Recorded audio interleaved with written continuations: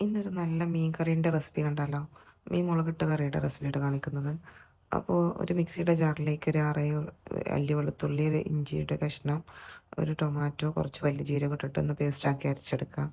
പിന്നെ ഞാൻ മൺചട്ടിയിലാട്ടോ മീൻ കറി വെക്കുന്നത്. അപ്പോൾ അത് അടുപ്പത്ത് വെച്ചിട്ട് അതിലേക്ക് വെളിച്ചെണ്ണ ചേർത്ത് കൊടുക്കുക. വെളിച്ചെണ്ണ ചൂടായി വരുമ്പോൾ കുറച്ച് ഉലുവ ചേർക്കുക കേട്ടോ.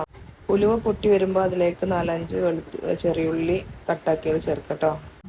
അത് വഴണ്ടി വരുമ്പോൾ അതിലേക്ക് ഒരു തക്കാളി അല്ല, വലിയുള്ളി ആഡാക്കി കൊടുക്കുക.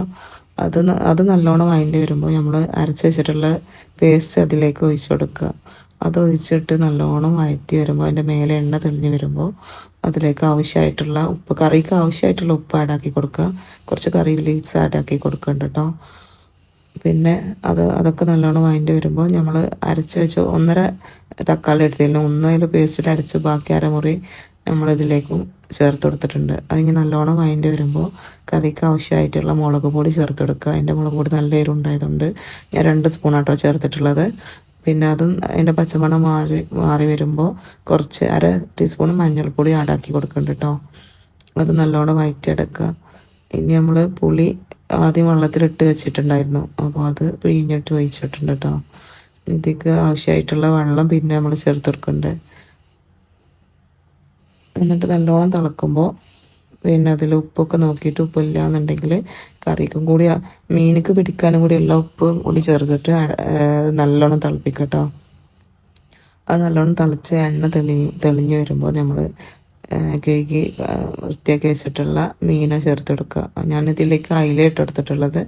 അതിൻ്റെ കൂടെ കഴിക്കാൻ പൊറാട്ടയാണ് ഉദ്ദേശിക്കുന്നത്. അപ്പോൾ അയിലക്കറിയും പൊറാട്ടയാണ് കേട്ടോ. അപ്പോൾ മീനൊക്കെ ചേർത്ത് കൊടുത്തിട്ട് നല്ലോണം തിളച്ച് വരുമ്പോൾ ഒന്ന് മറിച്ചിട്ട് കൊടുക്കുക കേട്ടോ.